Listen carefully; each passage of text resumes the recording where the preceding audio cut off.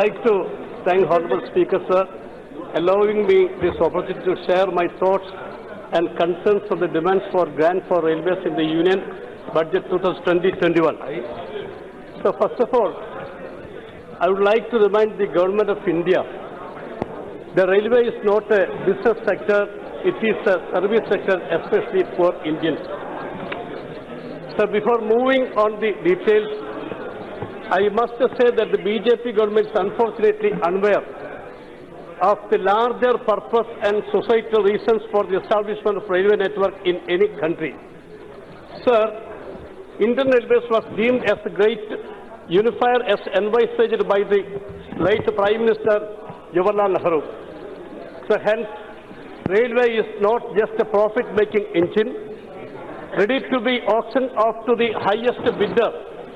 Instead, it is a poor man's lifeline of transport that connects into the vast length and breadth of the nation. So with about 12,147 trains in service, 74,000 coaches, and with engine kilometers per day per engine in use for 678 kilometers, the railways, in my opinion, is an India that runs within India. Sir, what happened in the last 5 years, sir? So, however, there is a consistent apathy shown towards railways by the BJP government, and for the last 5 years, this discrimination against Indian railways is clearly visible. Sir, I can quote the CAG report, sir. CAG report titled Railways Finance Report on 10 of 2019 indicates the dismal position of Indian railways.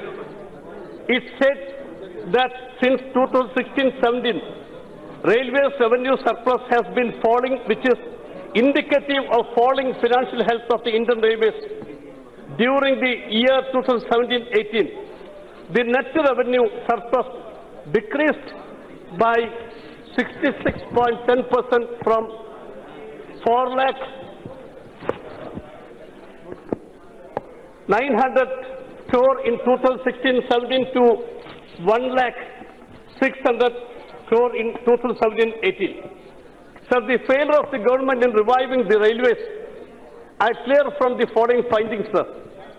In the first 6 months of financial year 2019-20, April-September states that the freight receipts fell short by 16.97% and passenger earnings 5.3% of the budgeted amount.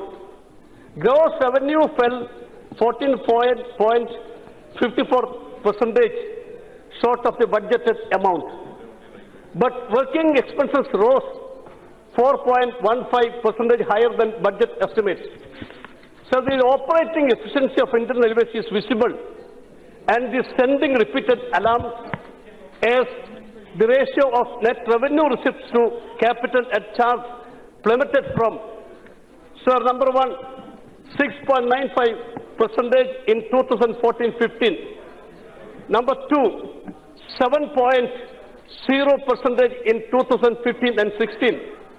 Number three, 1.62% in 2016-17.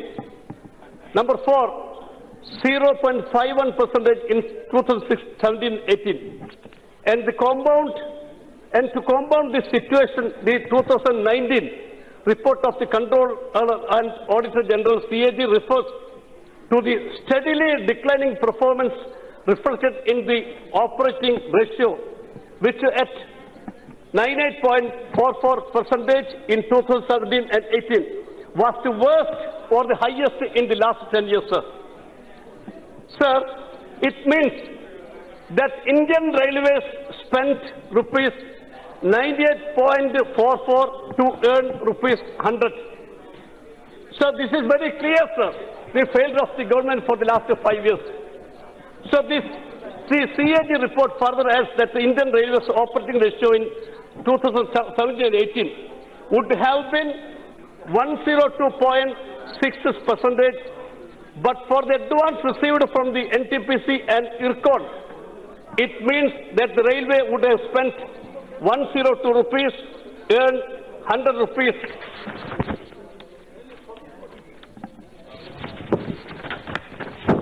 such is handling of railways by this government, which is a colossal failure in the all fronts, and as a part of its drive to sell off public assets, it is now targeting the railways. So one of the important steps towards the privatizing the railways lies in the disappearance of an exclusive railway budget from the 2017 onwards. The terminus of this speared budget for the railways has denied the public from the being aware and being in the know regarding the railways. This is very unfortunate, sir. The union budget's focus on the railways is cursory and exercise in obfuscation. It reveals utter neglect of India's largest enterprises. Hence, the BJP government succeeded in removing the first hurdle of the detailed budget being put in public domain.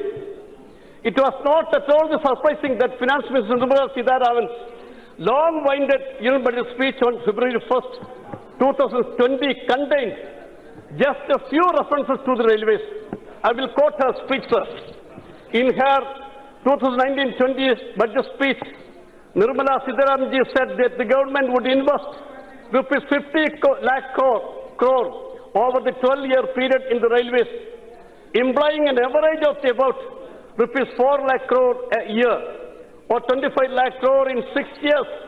So, however, she actually budgeted for only rupees 1.61 lakh crore in the 2019-20. The revised estimates reveal that an investment of only rupees 1.56 lakh crore was made. Sir, the budgetary support in this case ought to have been rupees 1.16 lakh crore in 2019-20.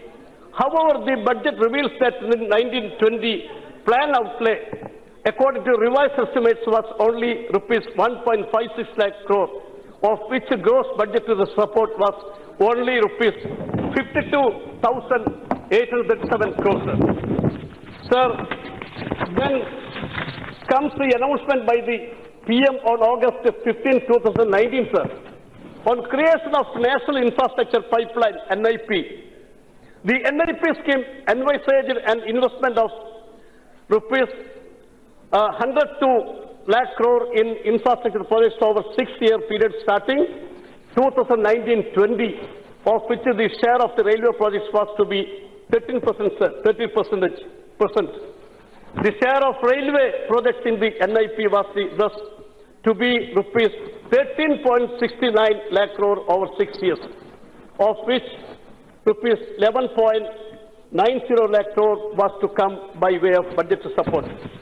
So in this budget, Finance Minister promised more of the same for the 2020-21. According to the grand promise, the plan outlay for 2020-21 ought to have been rupees 2.62 lakh crore, of which the budgetary support ought to have been rupees 2.28 lakh crore. Instead, the Finance Minister has provided a net budgetary support of rupees 46.750 crore, a shortfall of the opening of 80%, sir. Sir, it is almost important to note that as many as 274 projects across 16 zones of the railway, sir, have quietly been abandoned, sir. Sir, this is very important allegation, sir, indicated only by the fact that each of these has been allocated the princely sum of rupees 1,000.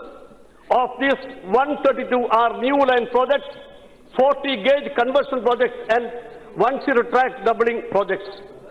In her budget speech, she is continuing. The Finance Minister announced that the railways would electrify 20,000 route kilometers. However, sir, the fine print reveals that the 20,000 kilometers is what is to be undertaken in the years ahead. The target for electrification in the current year is only 6,000 route kilometers, which is scaled down figure from the 7,000 route kilometer target the minister set last year. In effect, the railways committed Deadline to electrify its entire network by 2022 has been pushed back by at least 2 years. Sir, the limited allocation now means that this will take at least 4 years, provided further cuts are not made. So while speaking about the electrification, I must remind the House that none of these achievements were the results of just the 5 years of Modi government, but continuation of the policies and projects executed by the various Congress governments. So I can quote that period prior to independence, 25 to 47, 388 kilometers electrified. First 5-year plan, 51, 56, 141 kilometers electrified. Second 5-year plan, 56, 50, 61, 216 kilometers electrified. Annual plan 96, 69, 66, 69, 1,678 kilometers electrified. So fourth 5-year plan 69, 74, 953 kilometers electrified. The Inter plan 78, 80, 195 kilometers electrified. Then sixth 5-year plan 80, 85, 1,522 kilometers electrified. Then seventh 5-year plan 85, 90, 2,812 kilometers electrified. So annual plan 90, 92, 1,557 kilometers electrified. Then eighth 5-year plan 92, 97, 2,708 route kilometers electrified. Ninth 5-year plan 97, 2002, 2,484 kilometers electrified. 10th 5-year plan 2002-7, 1,810 kilometers electrified. 11th 5-year plan first year 2007 and 8, 502 kilometers electrified. Then 11th 5-year plan second year 2008-9, 797 route kilometers electrified. Then 12th 5-year plan third year 2009-10, 1,117 kilometers electrified. Total, it is coming 20,059 route kilometers electrified. So coming to the central promise of the railway budget, it can be seen that the state of Kerala has been completely sidelined, as none of the long-standing demands of the state, including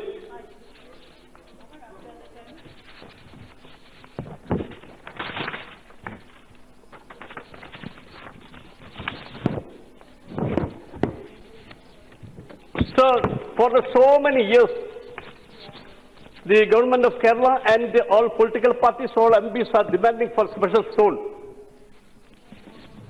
Then Nellambur-Nanjangooda line, Tirunavai-Guruvayur line, Palakkad-Kochi factory, Calicut-Bangalore additional trains like Intercity Jalshadabdi, increase of frequency of trains like Rajadhani Express,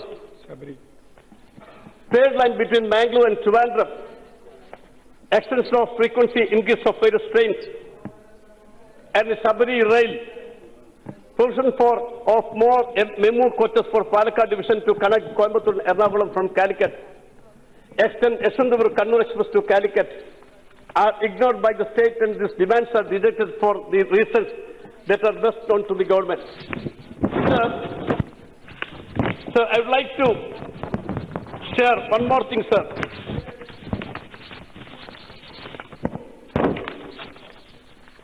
So I have a request before this government, sir.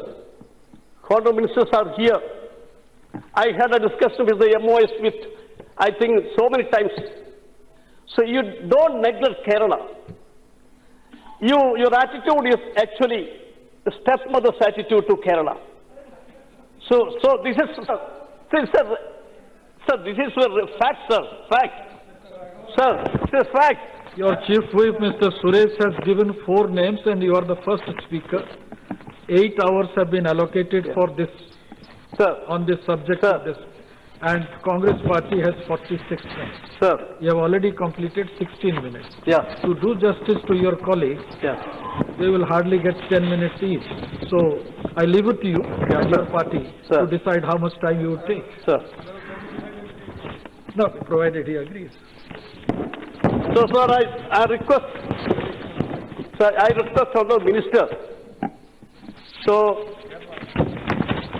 you should consider Kerala, because we are the parcel part of the nation, sir. Sir. So, you are smiling. I think we will consider something for Kerala, I think, sir. So therefore, I genuinely feel that this budget is just a call of privatization and eventual selling of the railways, the lifeline of the India and her common people. So thank you, sir.